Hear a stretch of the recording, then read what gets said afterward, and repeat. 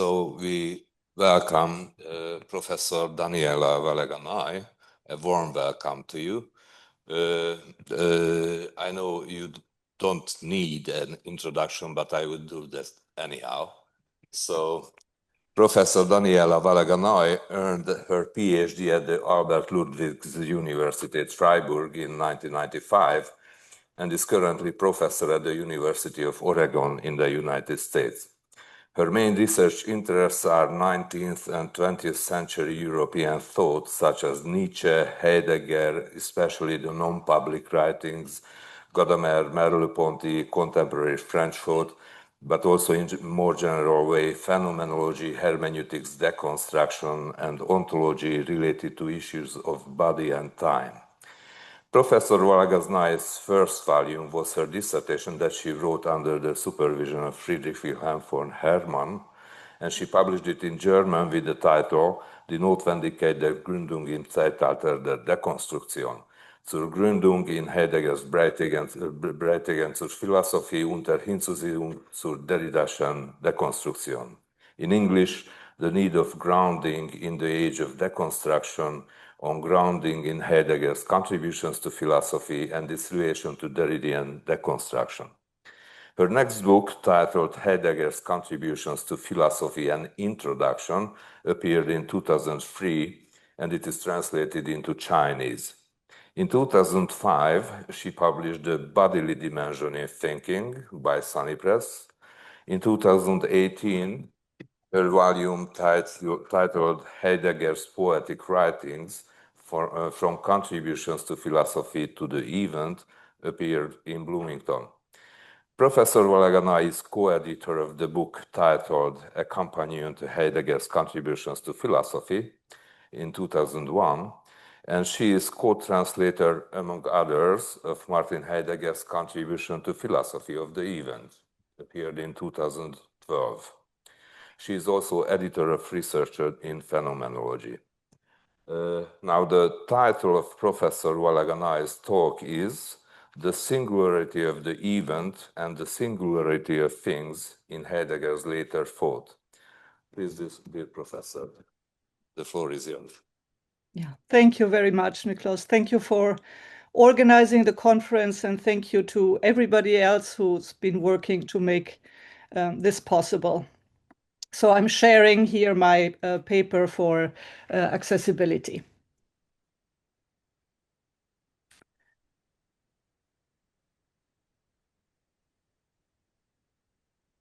Das Ereignis, the event. How are we to hear and understand the definite singular article when speaking of the event? How are we to hear and understand the definite singular article specifically in Heidegger's thinking of the event? The event becomes a, if not the central concept in Heidegger's thinking in the mid-30s, and he first elaborates his thinking of the event in his so-called being historical writings that span from Beiträge zur Philosophie, Contributions to Philosophy of 1936-37, to Das Ereignis, the event, and the yet-to-be-published Stege des Anfangs, Footbridges of Inception of 1944.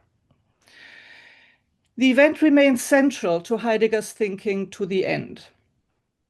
What the word the event bespeaks is not a general idea or general concept one could apply to singular instances.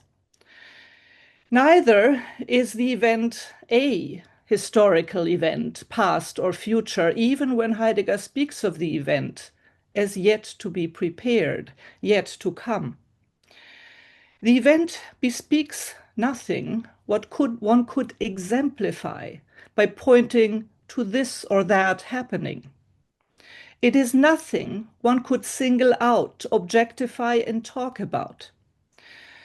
Understanding Heidegger's thinking of the event entails then the question of language, of how to speak of and hear the words that speak of, and not simply about, the event. The event as Heidegger thinks it can only be spoken of from within its occurrence. Only if in the event thinking finds itself called to speak of it in response to how it is announcing itself to the thinker. At the same time, the event emerges only if the thinker finds words that bring it to the open, such that it, the event, may occur, be there, da, such that it may occur in Dasein, in the openness of a world.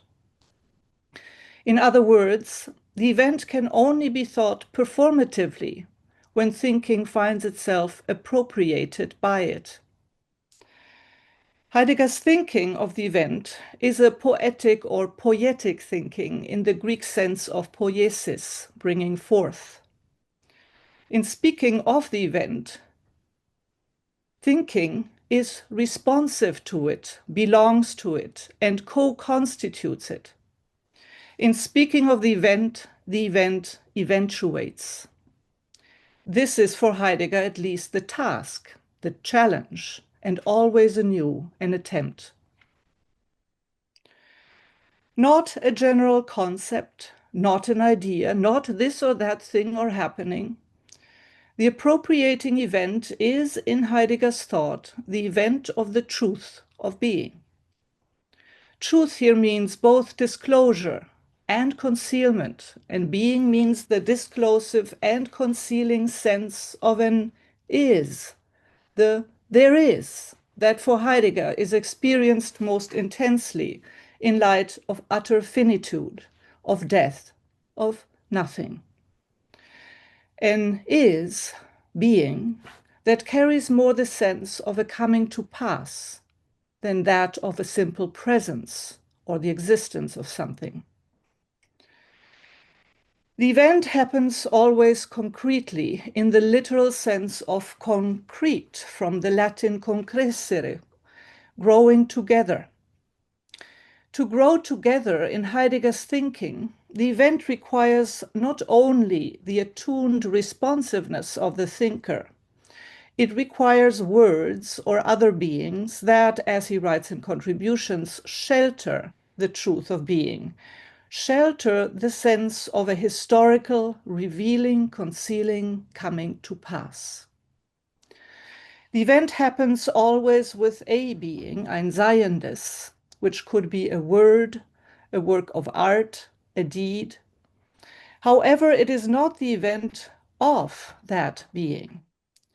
It is the event of the truth of being. The event happens singularly, einzig, with a being or entity, word, work, deed. But its singularity is not the singularity of that being or entity. Hence, there are not events in plural, but there always is, singularly, the event. The question of the singularity of the event of the truth of being, in its difference to the singularity of things or beings, is the one I set myself out to explore further in my talk today. I will begin by exposing Heidegger's thinking of the event in the horizon of contributions and the being historical, or, as I call them, poietic writings following it. And then I will trace a development to his later thinking of the fourfold, where he turns to thinking the event in relation to things, a bridge, a jug, that gather a world. One could argue that in his later thinking, Heidegger radicalizes what in contributions he calls the simultaneity of being and beings, i.e., that being is nothing prior to beings or entities, but happens only with them. I will contend, however, that even in his later thinking of the fourfold, the singularity of the event is not the singular happening of things. While in contributions to philosophy of the event, remains Heidegger's first and groundbreaking attempt at thinking the truth of being as event, it also is only a preliminary attempt. As he writes already in the preamble, in order to speak of the event, thinking needs to find itself appropriated or ennowned by it, vom Ereignis ereignet, such that thinking belongs to the event. The appropriating event by which Heidegger's thinking finds itself appropriated is the event of another inception of history, other with respect to the first Greek inception. He finds himself called to prepare that other inception through the grounding of Dasein. Dasein now no longer designates simply human being, as it did in Being and Time, but the the there, of a concrete site, a time-space in which, should it be grounded, the truth of being would emerge and hold sway in a world for a people. Heidegger's task is no doubt huge, world transforming. But one may also say that Heidegger is aware of the limit he is facing in his task, since his words, he writes, are not yet able to join the free conjuncture of the truth of being out of being itself. He cannot summon the event at will, but only be responsive to it.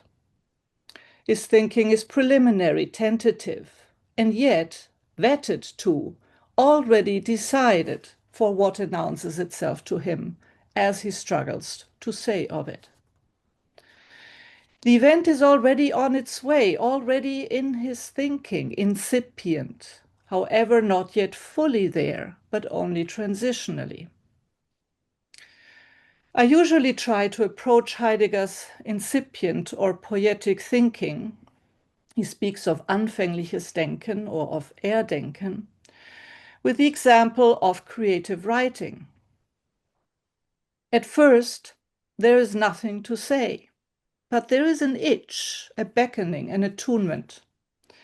Something presses forth that is not yet quite something, to which one holds on to until suddenly an image or word comes up. What is said was not there before it was said, came to be only in the saying, and yet is not simply a product of the saying. What is said comes to the saying. It eventuates, es ereignet sich. The event eventuates in the saying in its singularity, or said differently, the singularity of the event is evoked in the performative saying that says of it. Poetic saying cannot be properly thought in the registers of subject and object, but requires middle voice language, a grammatical voice one can find in ancient Greek, Sanskrit, and a few contemporary languages, among which are neither English nor German. The way it is often explained is that in the middle voice, the subject is both actor and recipient of an action. The middle voice expresses an occurrence without naming an external agent, as in the expression, it rains, or a war is raging. Thinking the event requires a middle voice thinking without self-awareness of the one who thinks. The event occurs. The saying of the event happens. The appropriate question to ask is not who says of the event, but rather how does the saying of the event occur? Of primary importance here are attunements, Stimmungen, and primarily grounding attunements. In Being and Time, Heidegger took recourse to Angst as the grounding attunement that unsettles human being from everydayness into the disclosive experience of being as such, in its finite, groundless happening. In Heidegger's poetic writings, attunements are always understood as implicitly historical. What grounding attunements disclose are the way being occurs epochally in the West. They are tied to a sense of plight, Not, the plight of the abandonment of beings by being, die Seinsverlassenheit des Seienden. The grounding attunement that discloses this abandonment oscillates in several attunements. It's a complex grounding attunement that in section 5 of Contributions, Heidegger calls shock, Erschrecken, restraint, Verhaltenheit, presentiment, Ahnung, and diffidence, Scheu. The moment of shock marks the removal from the familiar.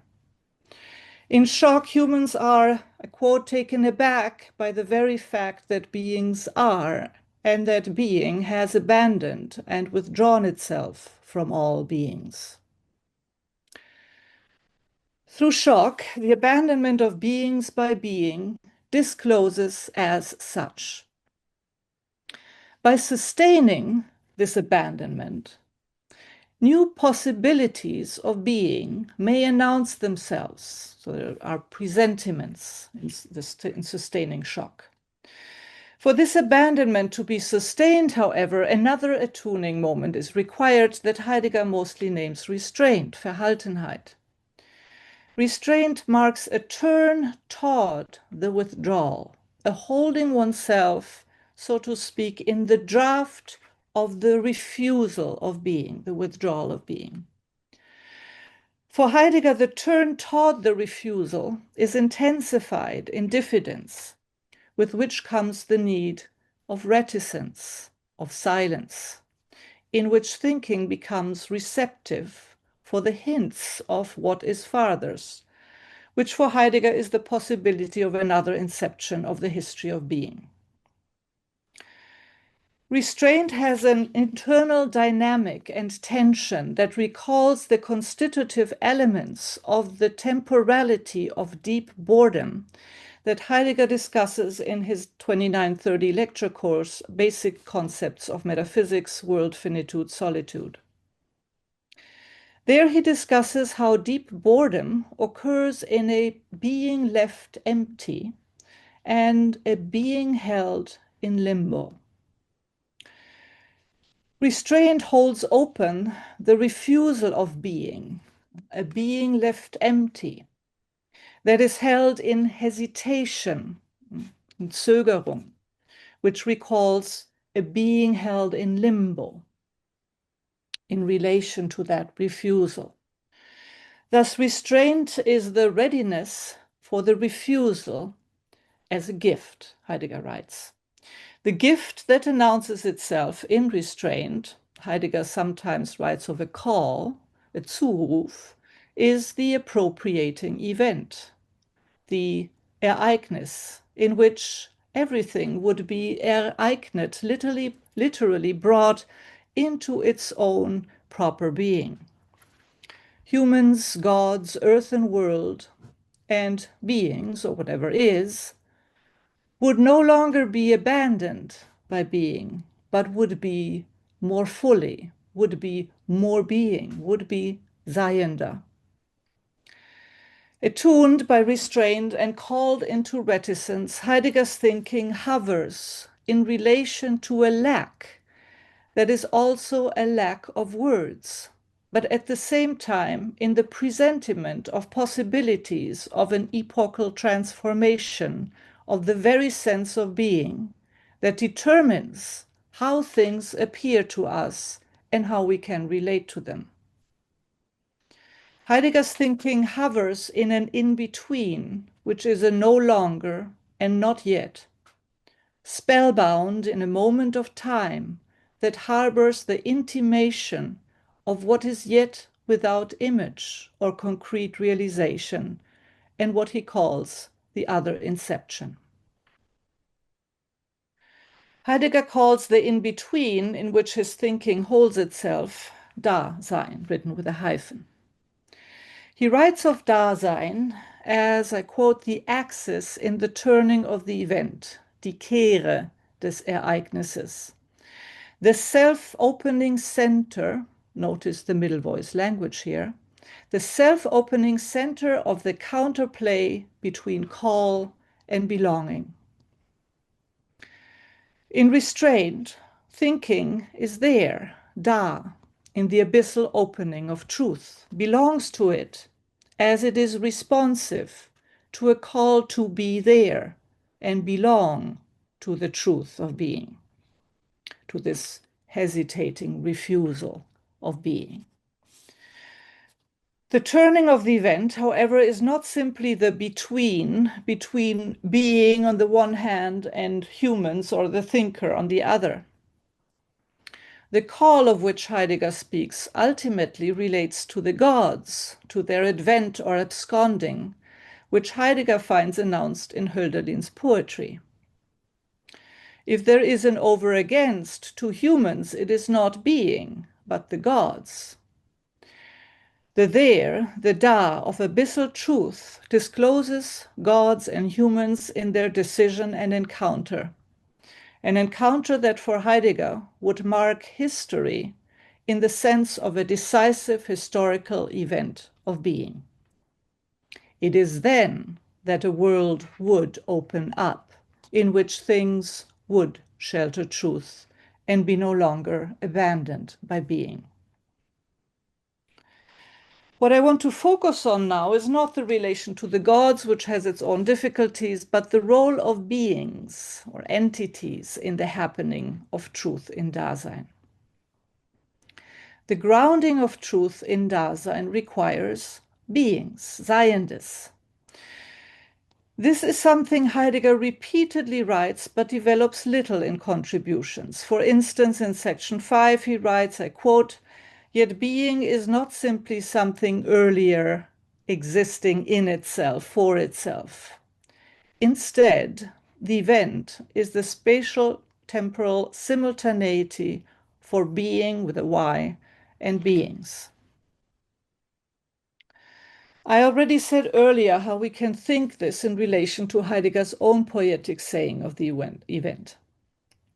Albeit the event is said inceptively as an event yet to come, the event happens inceptively and transitionally in the saying. Historical being comes into the open only if thinking finds words, beings that say of the event every time anew, every time uniquely, in response to how thinking finds itself and owned or appropriated, ereignet. As I have developed elsewhere and early on in my reading of Heidegger, and again am not developing in my talk today, is that we ought to think that the truth of being must be sheltered not only in words, but also in the body of a thinker, whereby one ought to rethink what body means here. Heidegger does not address the body as a possible being that shelters the truth of being in the grounding of Dasein. He names works, deeds, words, sometimes even tools, Zeug, but not the body. The place in which, in the context of contributions, Heidegger develops in most detail how one may think the sheltering of truth in beings or entities is the contemporaneous essay, The Origin of the Work of Art, der Ursprung des Kunstwerks. The origin of the work of art can be read as an attempt to think ahead by thinking back to how a Greek temple sheltered truth. By thinking ahead to how in a work of art truth happens in what Heidegger calls the strife of world and earth. The essay could be read as rethinking now from the perspective of a being, the work of art, the simultaneity of the truth of being with beings. When reading The Origin of the Work of Art in the context of contributions, one can see how Heidegger maintains the foundational priority of the truth of being over beings. That priority becomes clear when Heidegger distinguishes the strife of world and earth from the more primordial strife, der Urstreit of truth as unconcealing, concealing. At first, it appears, however, that in the essay Heidegger indeed evokes the singular happening of truth. That is, the singularity of the event in terms of what happens through the work of art. In the work of art, provided one is struck by its disclosive power, truth happens in the way in which the work opens up a world and brings forth the earth. Heidegger evokes how the Greek temple, standing there in the middle of the rocky cleft valley, encloses the figure of the god and lets the god be present in the temple. He writes how the temple work gathers around itself the unity of those paths and relations in which birth and death, disaster and blessing, victory and disgrace, endurance and decline acquire the shape of destiny for human being. The all-governing expanse of this open relational context is what he calls the world of this historical people. Together with the world, the temple work brings forth the earth. Standing there, the building rests on the rocky ground and draws up out of the rock the obscurity of that rock's support. The temple holds its ground against the storm raging above it, and so first makes the storm itself manifest in its violence.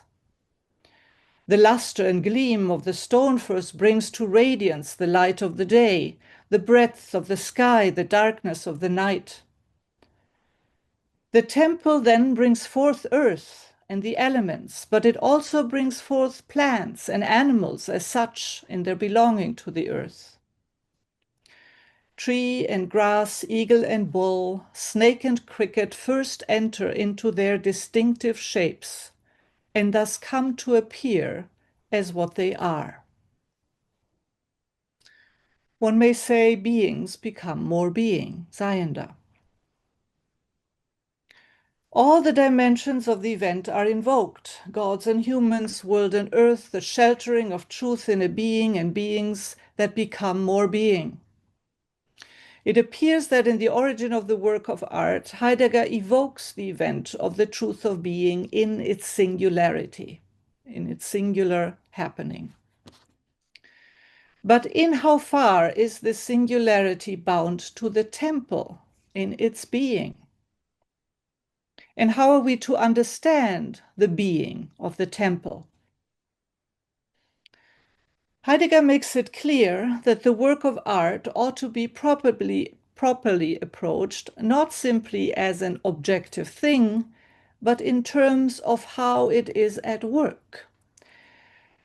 The temple reveals truth in how it is at work in an active sense, when it sets up a world, when it sets forth the earth in its self-seclusion, and when it lets the God be present for a people.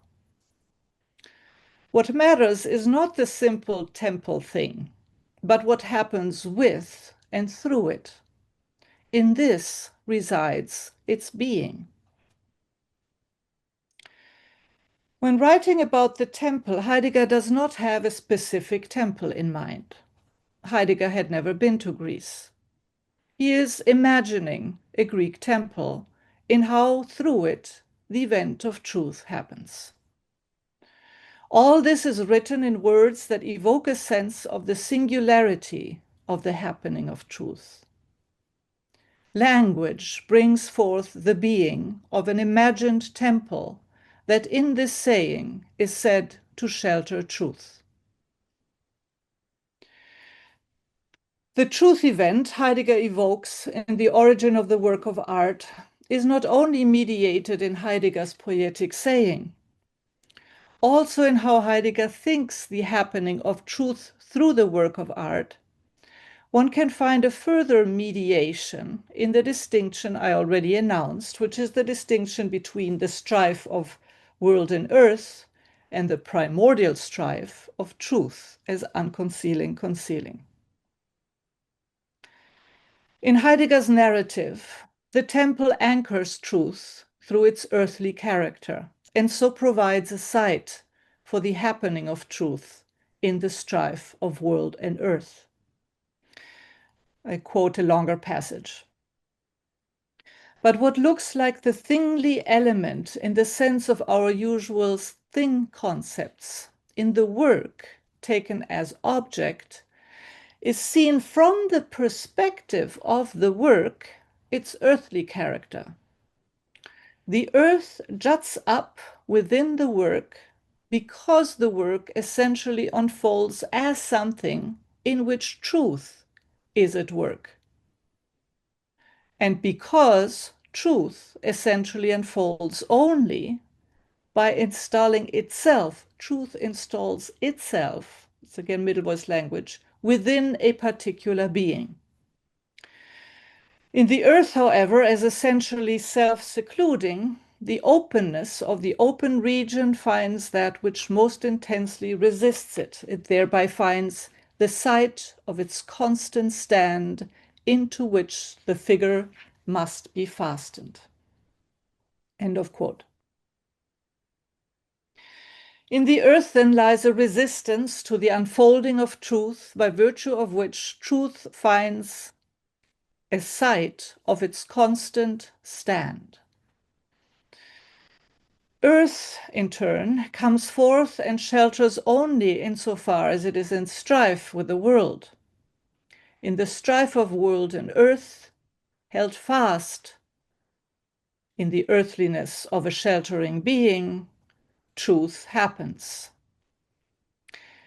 And yet, Heidegger writes, truth, understood as the unconcealing concealing of being, precedes or is more originary than the strife of world and earth. Quote, world, however, is not simply the openness that corresponds to the clearing. Earth is not what is closed that corresponds to concealment. In the primordial strife of truth, that open center is one within which beings stand and from which they set themselves back into themselves. The opening center of the primordial strife of truth that Heidegger speaks of in The Origin of the Work of Art is the Da, the there, of Dasein. The Da of the truth of being that first opens up through the acknowledgement of the plight of the abandonment of beings by being. The there that first opens up is an abyssal time-space that initiates the event in Heidegger's thinking, and that is not yet the event of truth in a world for a people. That beings are abandoned by being ultimately is rooted in the self-refusal of being, in how being conceals itself, so to speak, withdraws, conceals itself behind the presence of beings or entities. For Heidegger in our epoch, being does not happen as a presencing or presence, but as self-refusal. One could have never come to this experience, however, had one not experienced the plight of the abandonment of beings by being, had one not experienced beings as not being, as hollow and meaningless. There is then an intimate relation between experiencing the abandonment of beings and being understood as self-refusal, a relation that Heidegger begins to think differently just a few years after contributions to philosophy in the books titled Über den Anfang, On Inception, and Das Ereignis, The Event. I do not have the time today to get into a more detailed analysis of how Heidegger rethinks the event here, and so must limit myself to give a few indications. In the event of 41-42, the attunement of Heidegger's thinking shifts or has shifted in the middle of World War II. The emphasis here is less on a withstanding of the withdrawal of being and is marked more by a certain releasement. Heidegger now speaks of letting machination, the abandonment of beings, go by, letting it go to its demise. He also abandons the language of the sheltering of the truth of being in beings and of the resistance of the earthly things, the earthly thing. Instead, he speaks of the rising of being into beings out of the originary difference. The rising of being into beings out of the originary difference.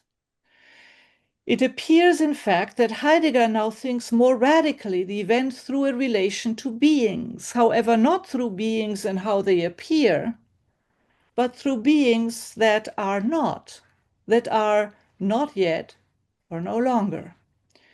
He thinks this through the difficult notion of the beingless, das Seinlose, or the nothingless, das Nichtslose, notions that are related also to rethinking Ereignis, the event, in terms of Enteignis, expropriation. In the event, Heidegger attempts to performatively think the incipience of the event, its very first dawning, which thinking sustains by carrying out what he calls the difference, der Unterschied, between being, written with a Y, and the beingless. Being with a Y does not bespeak the being of beings, the is of the temple. But we may say being bespeaks the first abyssal dawning of being as a coming to pass. The notion of the beingless, das Seinlose, is a term relating not to being as such, but to beings, to entities, before or after they rise into being. Before or after we may experience something as being this or that, as being a temple, as being a tree. Hence, one cannot properly say that the beingless is, because there's nothing there. Heidegger writes of the beingless also as an inceptive withholding, ein Vorenthalt, anfänglicher Vorenthalt, or expropriation, Enteignis. The difference between being and the beingless precedes the rising into being of beings. While in the event, on the one hand, the appropriating event is articulated inceptively right away in relation to beings, albeit as the beingless, on the other hand, when beings rise into being, the emphasis is less on this or that thing as what harbors or shelters a sense of being. The issue is not this tree, this glass, this honeybee. The emphasis is rather on the sense of being that arises in its singularity with beings. A sense of being that inceptively, so a temporal sense of being that inceptively in Heidegger's thinking remains tied to the beingless. That is, the relation to the beingless or the nothingless remains preserved.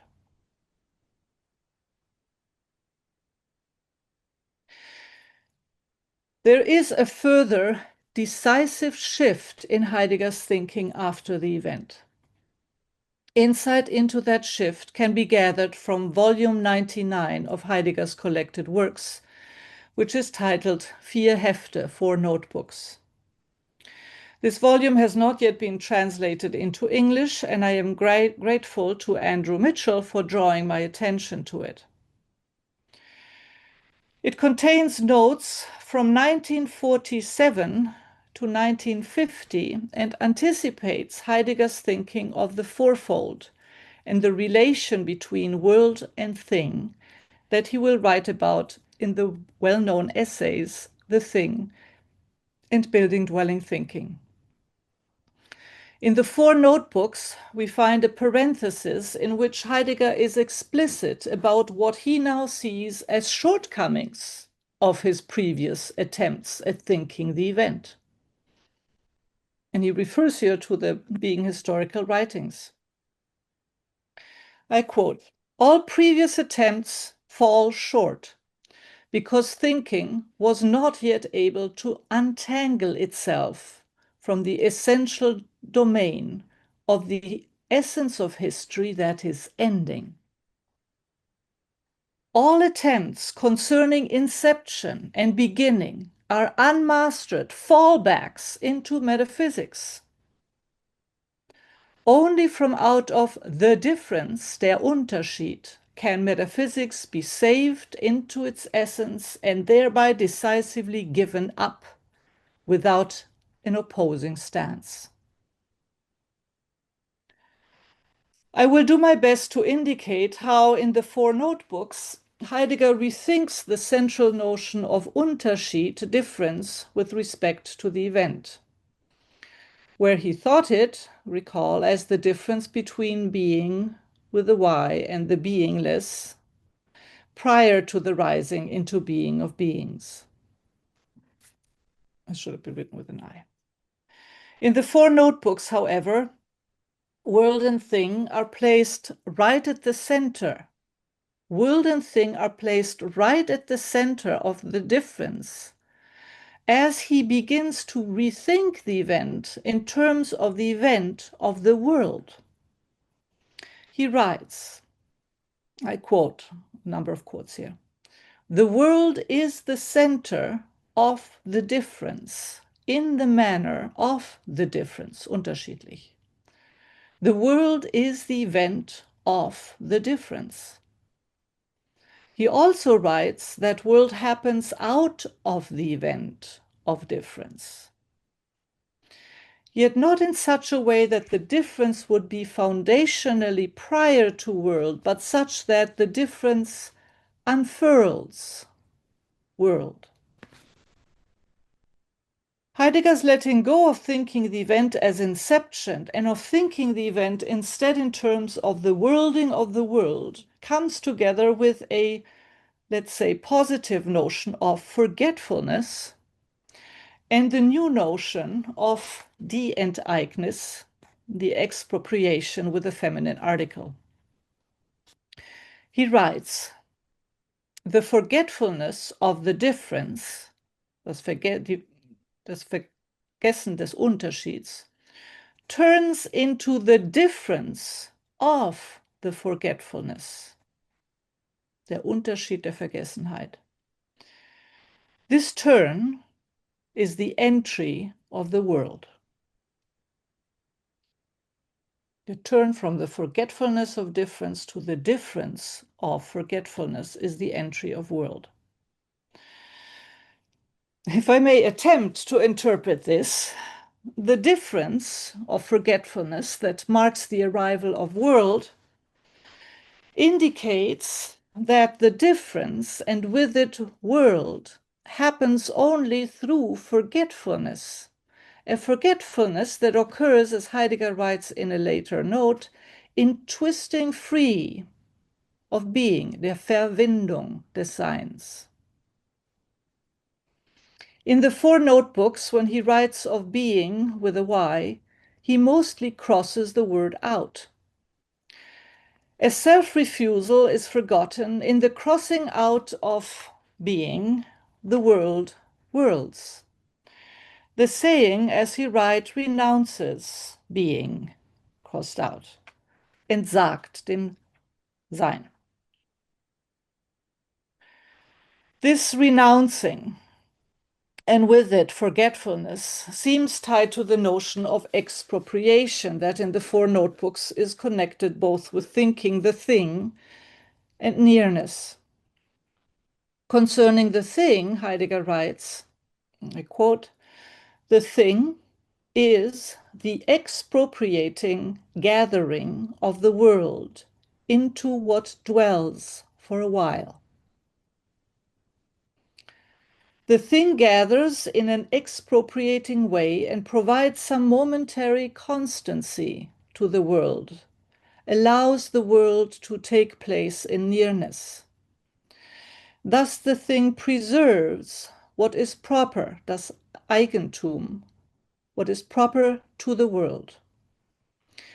And what is proper to the world implies the forgetting of the difference. Before trying to get closer to the strange notion of the expropriating event of world that, according to Heidegger, brings with it nearness, it may be helpful to look at Heidegger's essay, The Thing, and at how he describes the way in which a jug, ein Krug, gathers the world or the fourfold of earth and sky, humans and mortals.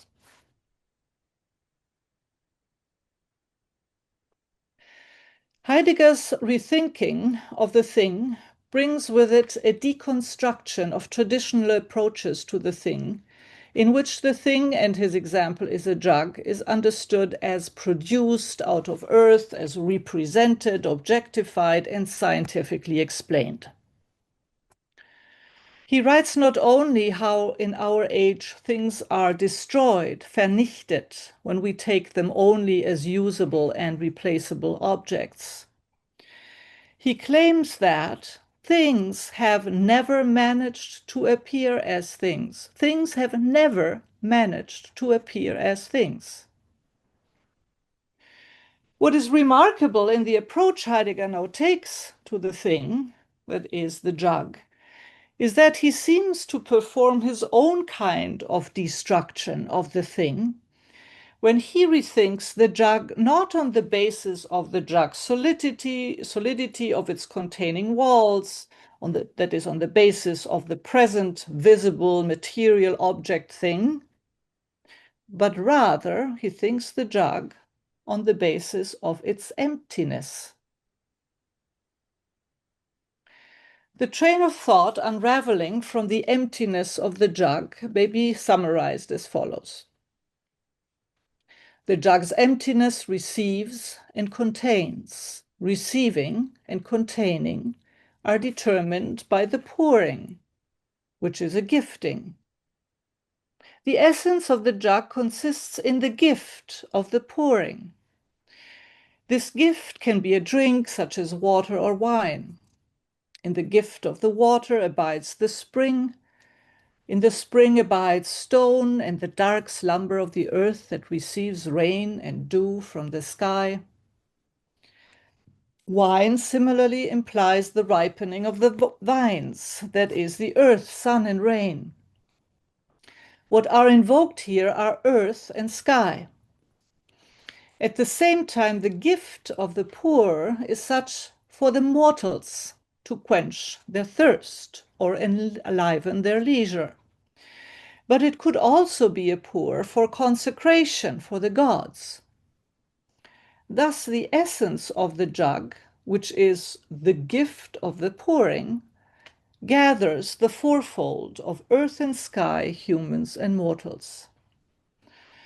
It gathers in appropriating the fourfolds abiding in what is in each case, in what in each case abides, in ein jeweiliges, into this or that thing. So again, it gathers, the jug gathers in appropriating the fourfolds abiding in, it gathers it in what in each case abides, into this or that thing. For Heidegger, the essence of the jug, its being, is determined by how it gathers a world and allows a world, the fourfold, to abide. Heidegger then turns to how this implies nearness. In abiding, the thing brings the four in their distances near to each other. This nearness preserves their distance. Nearness and distance of the four regions of the world, in how they are gathered in the thing, relate to the notions of appropriation and expropriation that Heidegger brings into play when he next thinks the fourfold in terms of the event of the mirror play, Spiegelspiel. While in the worlding of the world, on the one hand, earth and sky, mortals and divinities always are in relation to each other and hence near, on the other hand, in their proper essence, they also remain different and hence distant. I quote, each of the four mirrors in its way the essence of the others. Each thereby mirrors itself in its own way into its own. Within the single fold of the four, each mirrors itself into its own way, into its own, within the single fold of the four. In clearing each of the four, the mirroring appropriates, ereignet, their own essence into the single fold of their reciprocal appropriation, in die einfältige Vereignung zueinander.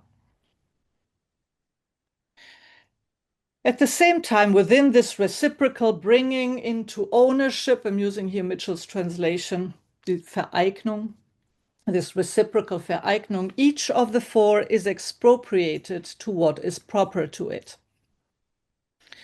And Heidegger writes, this expropriating, bringing into ownership, das enteignete Vereignen, is the mirror play of the fourfold.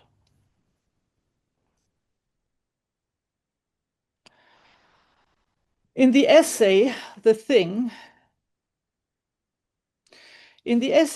itself, Heidegger does not mention the notion of the difference, der Unterschied, that is central in the four notebooks. He does so, however, in the appendix to the essay, where he writes, I quote, in the case of thing and world, refer to the difference. And he writes here Unterschied with a hyphen. So unter, again, there's a sense of the gathering, and the sheet, the remaining different. This tells us that the four notebooks remain present in the background. Let me get back to these to see how Heidegger thinks singularity, in fact, he speaks of the singularitantum, of the notion of difference, understood as the event of the world.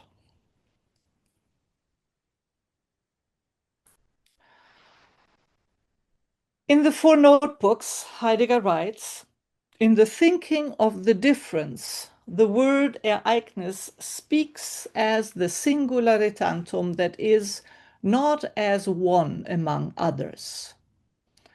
Its singularity, the singularity of Ereignis, rather holds sway in the singularity of the same, dasselbe.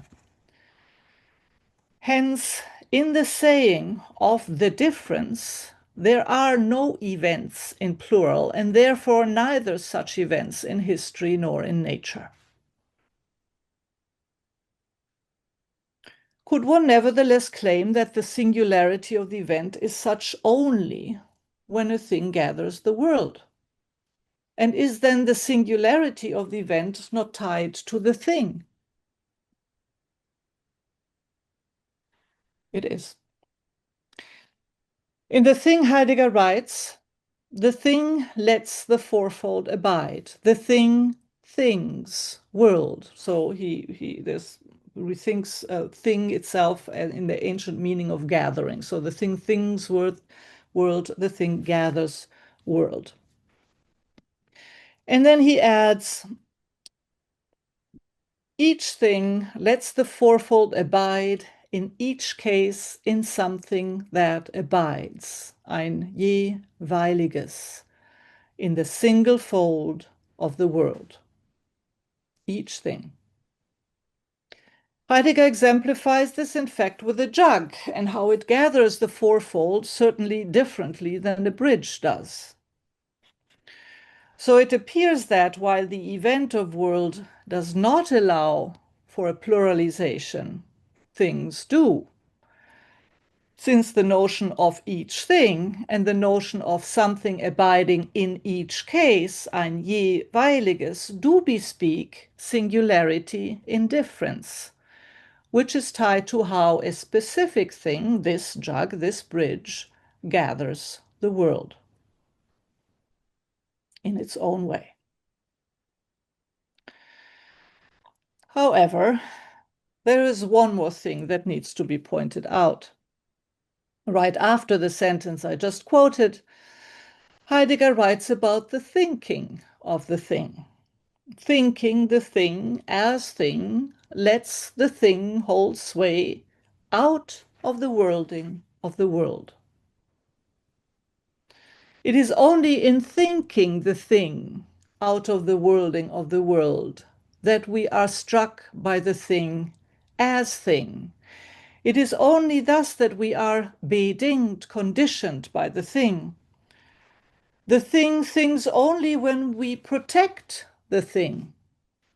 And we protect the thing, and here Heidegger stretches the grammar, by protecting it into the domain out of which it holds sway. Thus we dwell in nearness, which is, quote, the proper and only dimension of the mirror play of the world. So, ultimately, although the event happens only when the thing gathers the world, the thing itself first needs to be protected and countered in the right way, which is out of the experience and thought of the world, a world the paths of which are traced from out of the vanishing trace, the forgetting of the difference.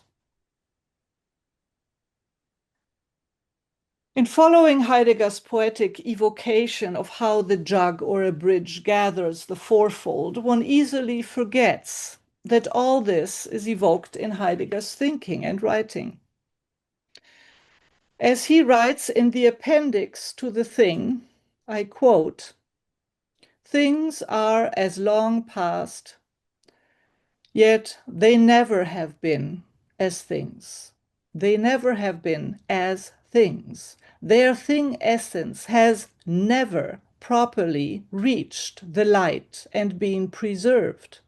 Never. The thing does not think, the thing does not hold sway as the thing, the world does not world, thing world is not appropriated, the event refuses itself." Come to my conclusion. No doubt, through the years, Heidegger's thinking becomes less and less transcendentally oriented, less and less foundationally structured. The simultaneity of being and beings Heidegger speaks of in Contributions, that there is no truth of being without beings that shelter it. This thought is radicalized in the different, renewed approaches Heidegger takes us to thinking the appropriating event. In his thinking of the fourfold, when he no longer approaches the event in its inceptual dawning in relation to being's self-refusal, but when he rather thinks the event as the worlding of the world in the gathering of the thing, one can indeed say that his thinking becomes more concrete in some way. Yet I do believe, and I hope to have shown on what grounds, that Heidegger's thinking of the singularity of the event ultimately sacrifices the singularity of things, in the sense of the singularity of this bug, this tree, this hand, and even these words. Even when Heidegger thinks the thing a jug, he thinks it in relation to the event of world. What matters is not this jug, but rather entering the dimension of nearness, a nearness that preserves farness, in the expropriating appropriation of world. Furthermore, the event of world, through the gathering of the world in the thing, remains only announced in Heidegger's thinking. He explicitly writes that the thing, as he thinks it, has never been as thing, that the essence of the thing has never been reached and preserved. This implies, however, that there never has been the event of world. There never has been the event. So ultimately, together with the singularity of things, Heidegger loses the singularity of the event. Perhaps thinking can never reach the singularity of things in their unique relational contexts. Perhaps the moment I try to think this bird in its relational context, this bird in its singular existing has already slipped away. And yet, there are moments when we find ourselves bearing witness to the singularity of things, when we happen to be part of their relational contexts. It seems to me that this bearing witness to what happens as it happens and to what is in its singularity in this happening, that this is essential to experiencing and thinking, let me say not the event, but a disclosive event one may undergo and perhaps bespeak. Thank you.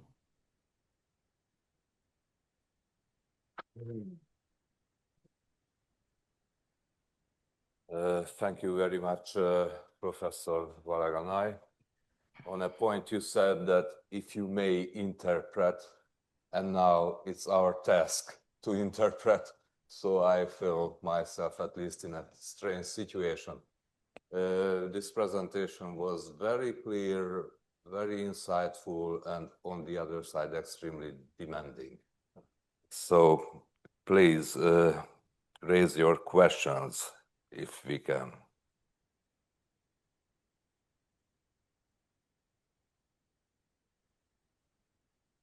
Till then, I'm trying to say something. Am I right to conclude that as far as we are not able to live through the singularity of this or that being, as so far we are not able to live through or experience or whatever the singularity of events, something like that. Is that right? Something like that, yes. So this is what we were not so far in the whole human history able to do. Well, I think we are very much able to do it. So yeah, of course, I'm bringing to bear my own interests in my reading to Heidegger, yes. which I am more interested in thinking things or in thinking in terms of more concretely and more simply the things we encounter in moments in life that happen. So I want to, like so many other, thinkers who have made their way through Heidegger, want to rethink events not simply in terms of this grand announced historical event as we have it in Heidegger, but turn, certainly with many insights we get from Heidegger, to thinking the event, let's say more, or events. I want to pluralize it more concretely. Yeah. So these events would be extremely idiosyncratic. I mean, it's very idiosyncratic which singular things experience is an event for me. Yeah, yeah. It's the old struggle of us philosophers. We start making concepts, we start to generalize. The challenge of the event, the singularity of the event bespeaks precisely its peerness. It's this, right? This event is happening, right? So it's thinking really thinking from the happening of the event, of an event, as it happens. And that's the challenge. The moment we start thinking, we start conceptualizing, we start generalizing, we lose touch with singularity.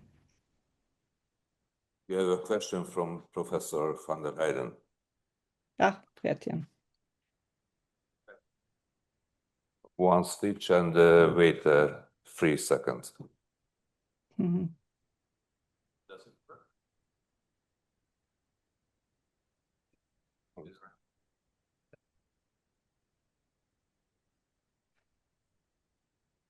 Hello, hello, hello, hello. Nothing.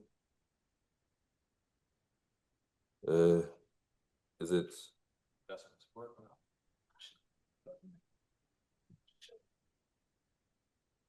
Oh, it is.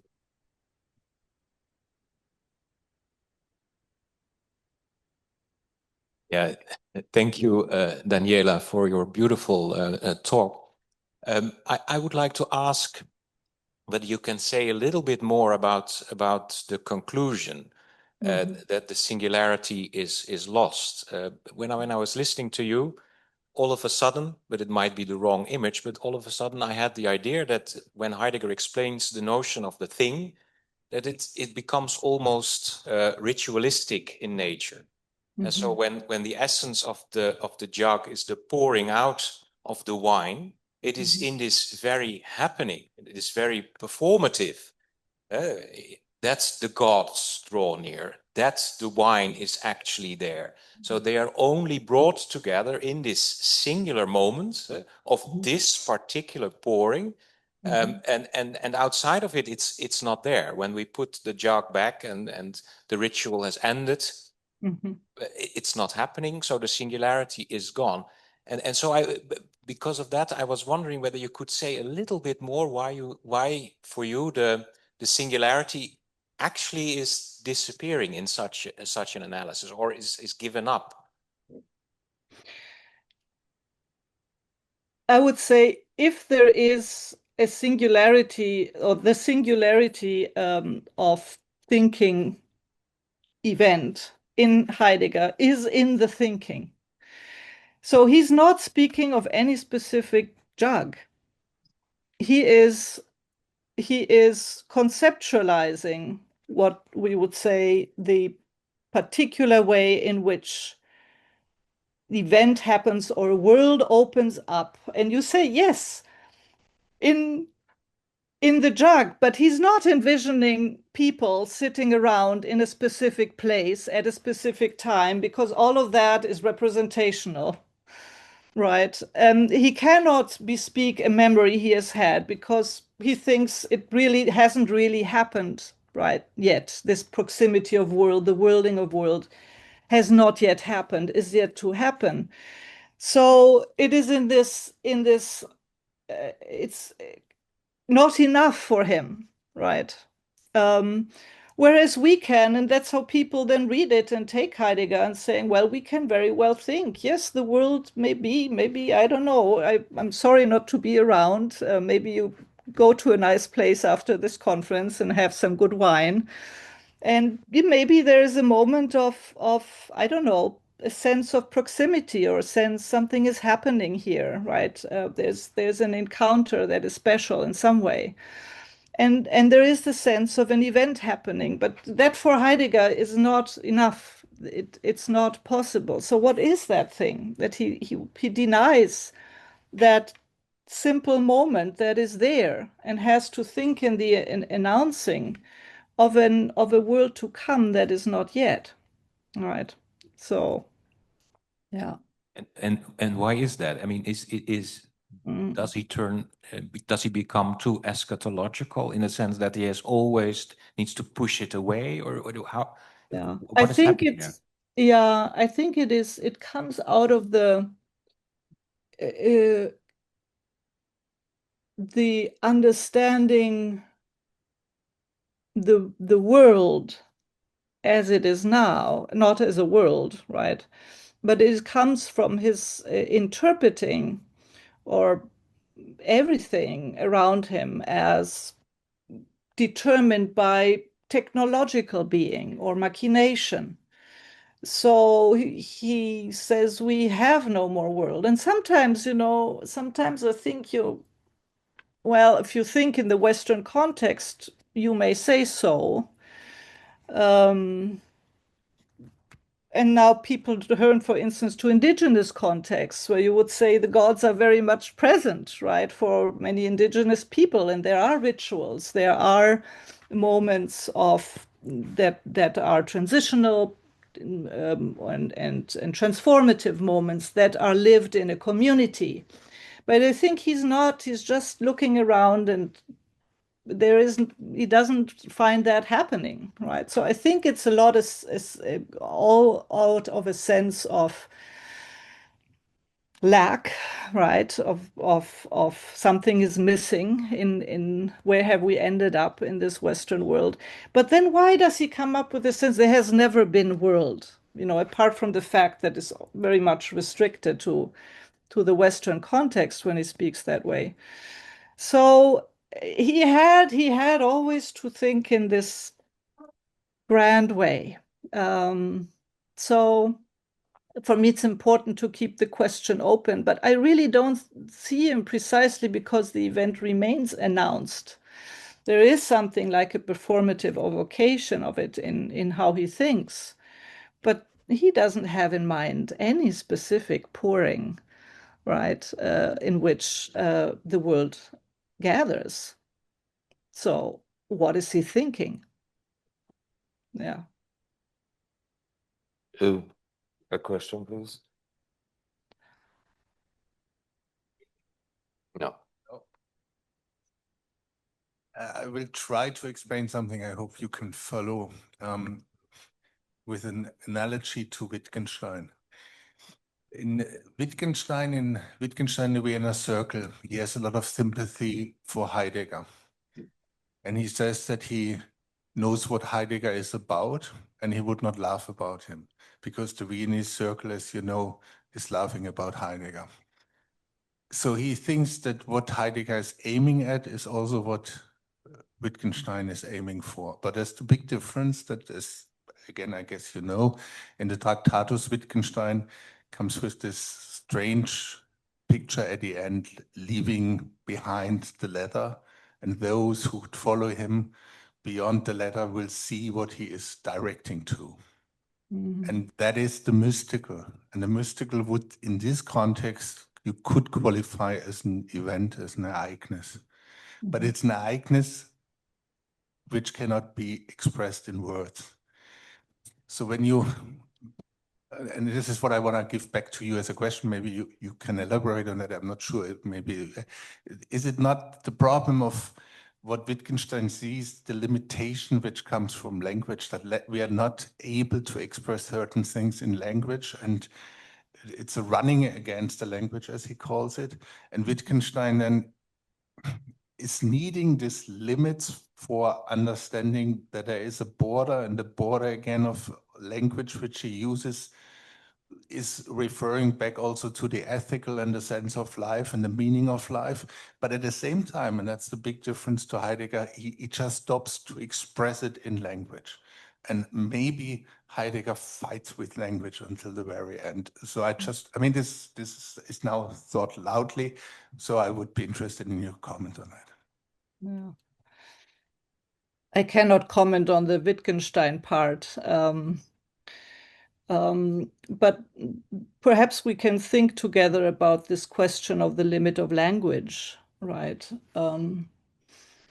So there is, of course, a rethinking of language in Heidegger. So it is not so much that the very notion of Sage, saying, really in the end shifts in late 40s, 50s, where the Sage is not what we would say. It's not the saying of the thinker. It is how language gives itself, the gift of language. And so, yes, there is a sense in which language does not give itself, or which is the same as saying being does not really happen, or does not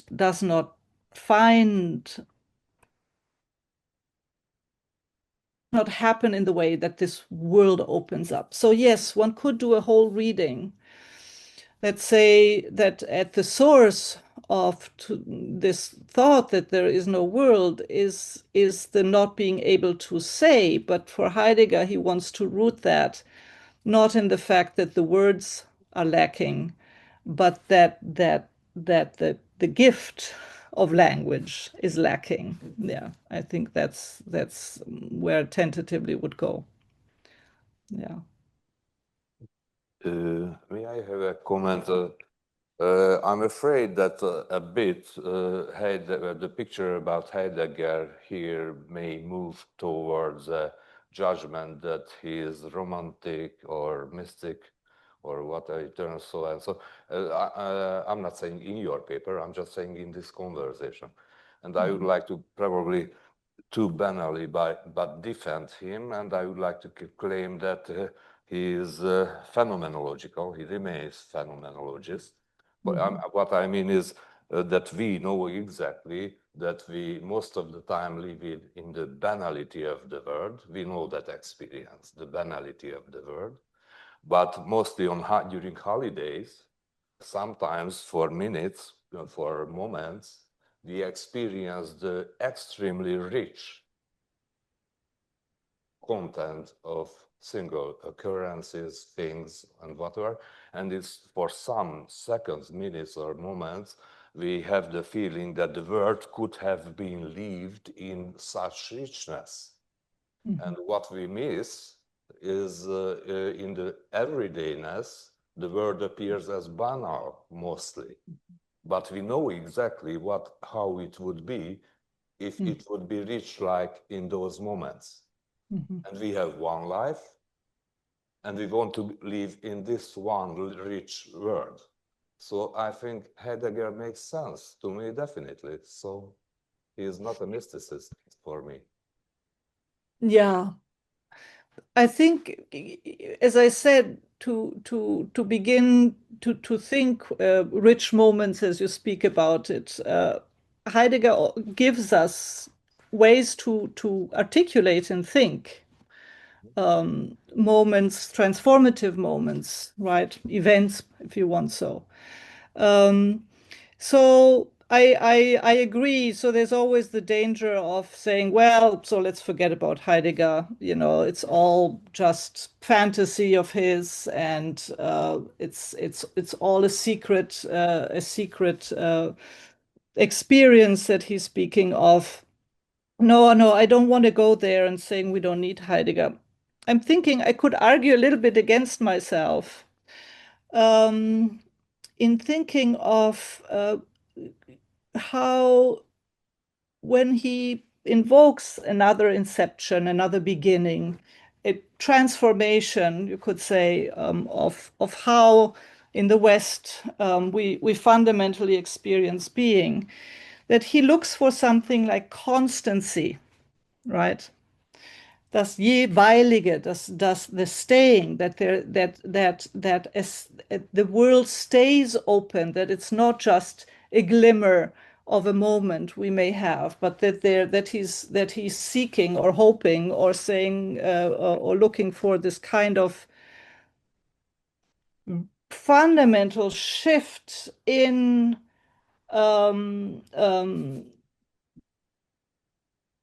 that such that it's not just a few people who have a glimmer of, what happens when we have this moment of truth, right? That he looks for this, or that what he's saying, what is not happening, is this constancy. But still, so he writes these things. He continues to write that there is no world. There has never been, so which is part of what he does. But again, it doesn't mean we cannot, and I think we cannot be faithfully unfaithful to his thinking, and with and through Heidegger. think the singularity of moments without having to have a world order transformation, for which I'm not sure he had the hope of that in the end, as I don't have the hope either, that at the grand scale there would be ever change. But what does it mean to foster, or how could one foster moments of truth? But again, but that takes us, I think, a little bit, at the same time, a little bit away. So certainly there are always clues in Heidegger: listening, attunement, responsiveness, latch on to, let a moment happen, right? Let a moment happen, let a transformation happen. So there's a lot we can learn from Heidegger, but there's also true that there's this, for me, there's this other side, right? This other grand thinking, and where one may have to or may decide to take a little distance from. Yeah. Another question. Thank you. Another question. To my mind, work of art is something which is able to show even singular things, singular events in their truth. Work of art. So it is work of art which is artworks which are artworks are able to show singular things or events in their truth. And you are proposing that we should. It would be great, or it would be vital to experience singular things in their truth. Now, the question for me is: are we hoping from singular experiences of singular things such similar experiences as we can have from the artworks? So is it the case then the singular events can be elevated on the rank of artworks? Are we saying this? Is it included or not in this train of thought? Yeah. I like that question, because the thing is, the artwork is there and we can get back to it. Yes. And other moments in life, maybe, I don't know, moments in nature, moments in a conversation have a more fleeting aspect. We cannot simply go back to theirs, we can go back to the work of art.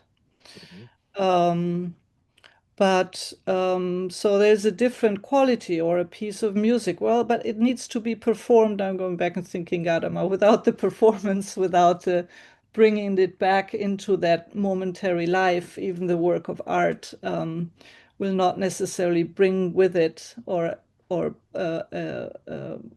transformative experience, right? So. But I would say one could find that in the smallest things. In relation to the smallest things. And there's something about alertness to what is there, I think, around us, what is there, and responsiveness in our everyday, also everyday life,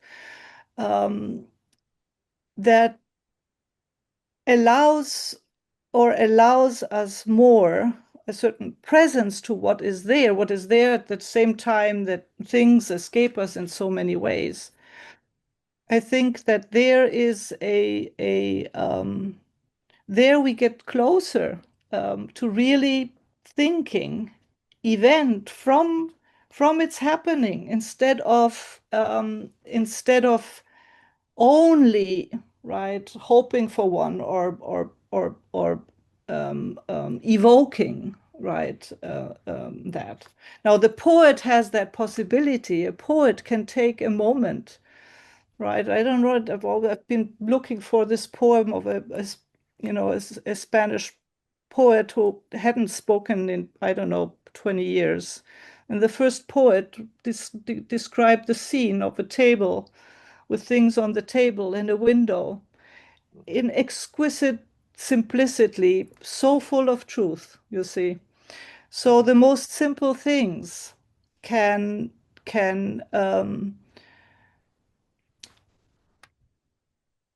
say, if I lose that concreteness, and then I'm only evoking, thinking, hoping, but I'm not really there. So I'm more hopeful than Heidegger that Dasein happens all the time. Yeah. Thank you. Any further question? During the discussion today, a question was raised, which the core of it was that probably during his trajectory, Heidegger moved beyond the ontological difference.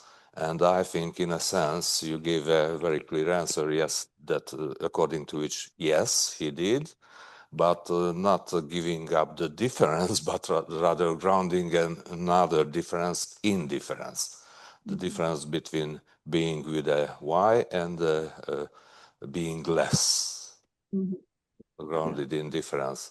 I have no clue what that exactly is, but it's already a help that, yes, he moved beyond the ontological difference. And then the task would be to try to understand this new difference rising out of difference itself. Oh, you gave us a lot to study and think. Thank you very much. Any more questions? Thank you, Professor Daniela Vallega-Neu. We are very thankful, grateful for you. Thank you. Sorry to have offered such a dense paper at the end of the No, of it the helps a conference. lot. It's dense, but helps a lot. Thank you very Okay. much, really, really. I wish I could share a glass of wine with you all, but maybe some other time. Hopefully, we Yeah. hope so. Okay. Thank you. Thank you very much. Francois, if you are here, then thanks for your presence. I'm not sure. I'm here. I want to thank you for everything. Thank you, Daniela, for a great paper.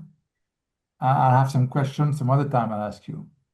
Not now. No, another Okay. time. I have to think it through. Yeah, all of us. Thanks again. Thanks, Thanks. professors.